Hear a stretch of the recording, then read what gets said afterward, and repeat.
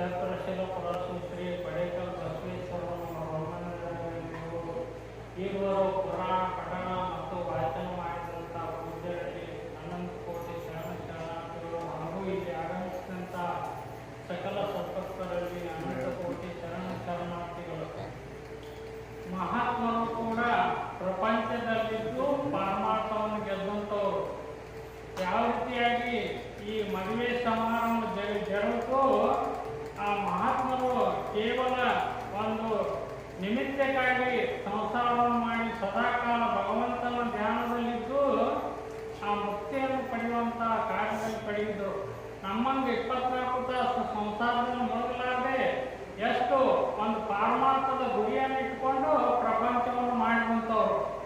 ಹಿಂದಕ್ಕೆ ಪರಮಾತ್ಮನ ಸತಿಯಾದಂಥ ದಾಕ್ಷಾಯಿಣಿ, ದಕ್ಷ ಬ್ರಹ್ಮನ ಮಗಳು ದಾಕ್ಷಾಯಿಣಿ ಚಿಕ್ಕವಳಿದ್ದಾಗ ಅವಳ ದಕ್ಷ ಬ್ರಹ್ಮನಿಗೆ ದಾಕ್ಷಾಯಿಣಿ ಜನ್ಮ ನೀಡಿದಾಗ ನಾರದರು ಬಂದರು ನೋಡಿದ್ರು. ದಾಕ್ಷಾಯಿಣಿ ಸಣ್ಣ ಕೂಸ, ಒಂದು 7 ದಿವಸದ ಕೂಸನ್ನು ನೋಡಿದ್ರು. ಆ ದಕ್ಷ ಬ್ರಹ್ಮನಿಗೆ ಮತ್ತು ಅವನ ಹೆಂಡತಿಗೆ ಹೇಳಿದರು, ಇವು ಮಹಾತಾಯಿಗಳ ಶ್ರೀ ಸಾಕ್ಷಾತ್ ಪಾರ್ವತಿಯ ಅಂಶಗಳ, ಇವಳು ಪರಶಿವನನ್ನ ಮದುವೆ ಆಗುವಂಥ ಶಕ್ತಿ ಒಳಗೆ ಮುಂದೆ ಪರಶಿವನ ಕುರಿತು ತಪಸ್ಸವನ್ನು ಮಾಡಿ ಆ ಪರಮಾತ್ಮನನ್ನೇ ಗಂಡನಾಗಿ ಪಡೀತಾಳಂತೇಳಿ ಭವಿಷ್ಯವನ್ನು ನಾರದರು ಹೇಳಿದರು.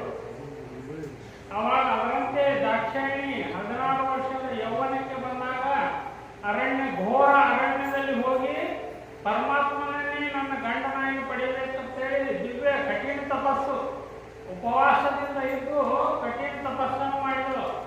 ಅವರ ತಂದೆ ತಾಯಿಗಳು ನನ್ನ ಮಗಳ ಗತಿಯನ್ನು ಅರಣ್ಯದಲ್ಲಿ ಹೋಗಿ ಒಬ್ಬಕ್ಕೆ ಹೋಗಿ ಉಪವಾಸ ಒಂದು ತಪಸ್ಸನ್ನು ಮಾಡಕತ್ತಾಳ, ಏನು ಮಾಡಿದ್ರು ನಾವು ಕೂಡ ಅಲ್ಲಿ ಹೋಗ್ಬಿಟ್ಟು ಅವ್ರನ್ನ ಕರೆದು ತರಬೇಕಂತ ಹೇಳಿದ್ರು ಕೂಡ ಅವಳ ಮಾತಿಗೆ ಒತ್ತಲಾರದೆ ನಾನು ಸಾಕ್ಷಾತ್ ಪರಶುವನನ್ನ ದರ್ಶನ ಪಡ್ಕೊಂಡು ಅವನನ್ನೇ ಮದುವೆ ಆಗಿ ಬರ್ತೀನಿ ಅಂತೇಳಿ ಆ ತಂದೆ ತಾಯಿಗೆ ಮಾತು ಕೊಟ್ಟಾಳ.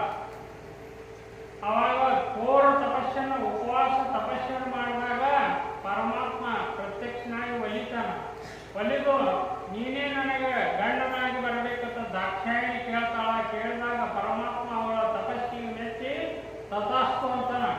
ಮುಂದೆ ಇಬ್ಬರ ವಿವಾಹ ನಿಶ್ಚಯ ಆಗ್ತದೆ, ಮದುವೆ ಪ್ರಾರಂಭ ಮಾಡುವ ಒಂದು ಸಮಯ ಬರ್ತದೆ. ಆವಾಗ ಅಗಸ್ತ್ಯ ಮಹಾಮುನಿಗಳು ಪರಮಾತ್ಮನ ಒಂದು ಲಗ್ನ ಆಗ್ತದ. ಆ ಲಗ್ನಕ್ಕೆ ಹೋಗಿ ಅವ ಸಮುದ್ರವನ್ನೇ ಕುಡಿದಂಥ ಅಗಸ್ತ್ಯ ಮಹಾಮುನಿ, ಅವ ಎಷ್ಟು ಉಂಡ್ರು ಹಸಿವು ಹಿಂಗಲಾರಂಥ ದಿವ್ಯ ಋಷಿಯವ. ನನಗೆ ಯಾರ ಲಗ್ನಗಳು, ಯಾರ 33 ಕೋಟಿ ದೇವಾದಿ ದೇವತರ ಲಗ್ನಗಳು ಉಂಡು ನನಗೆ ತೃಪ್ತಿ ಆಗಿಲ್ಲ. ಇವ ಮಹಾ ಕೈಲಾಸದ ಒಡೆಯದನ ಪರಮಾತ್ಮದನ, ಅವನ ಲಗ್ನದಾಗಲೇ ನನಗೆ ತೃಪ್ತಿ ಆಗ್ತದ, ಅವನ ಲಗ್ನದಾಗ ಊಟ ಮಾಡ್ಬೇಕಂತೇಳಿ 12 ವರ್ಷ ಪತ್ರೋಳಿ ಹೆಣವು ಕಾಯ್ಕೊಂಡು ಕೂತಿದ್ದ. ಆವಾಗ ನಾರದನಿಗೆ ತಿಳಿತು, ಇವ ಪರಮಾತ್ಮ ಲಗ್ನಕ್ಕೆ ಬಂದ್ರೆ ಅಸ್ತವ್ಯಸ್ತ ಆಗ್ತದಲ್ಲಿ ಎಲ್ಲ 33 ಕೋಟಿ ದೇವಾದಿ ದೇವತೆಗಳಿಗೆ ಮಾಡಿದ ಅಡಿಗೆ ಎಲ್ಲ ಇವ್ ಒಬ್ಬನೇ ಉಂಟು ಬಿಡ್ತಾನೆ. ಅದಕ್ಕೆ ಇವ್ಗೆ ಏನಾದ್ರು ಮಾಡಿ ತಪ್ಪಿಸ್ಬೇಕಂತೇಳಿ ಒಂದು ಶಿವನಾಮ ಸ್ಮರಣೆ, ಹರಿನಾಮ ಸ್ಮರಣೆ ಮಾಡುತ್ತಾ ಒಂದು ತಂಬೂರಿಯನ್ನು ಹಿಡ್ಕೊಂಡು ದಾರಿಯನ್ನು ಹೊರಟು ಬಿಡ್ತಾನೆ.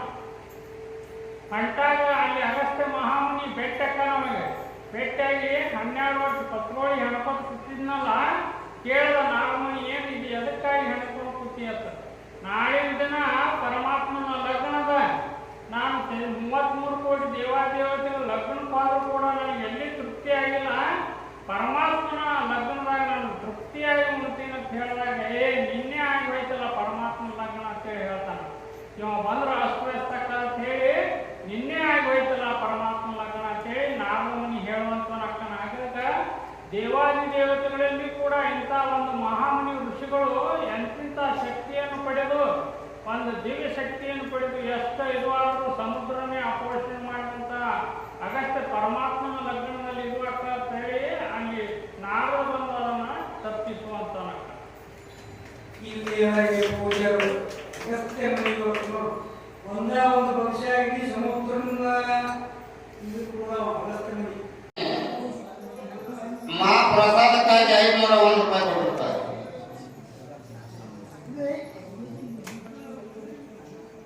ಇದು ನಾಳೆಯ ದಿನದಲ್ಲಿ ಭೋಜನ ಬರ್ತಿರಲ್ಲ ತಂದವರೇ ಇಲ್ಲ ತರಲಾದವರು ನಾಳೆಗೆ ಮಠಕ್ಕೆ ತನ್ನ ಮುಟ್ಟಿಸ್ಬೇಕಂತ ತಮ್ಮಲ್ಲಿ ವಿನಂತಿ.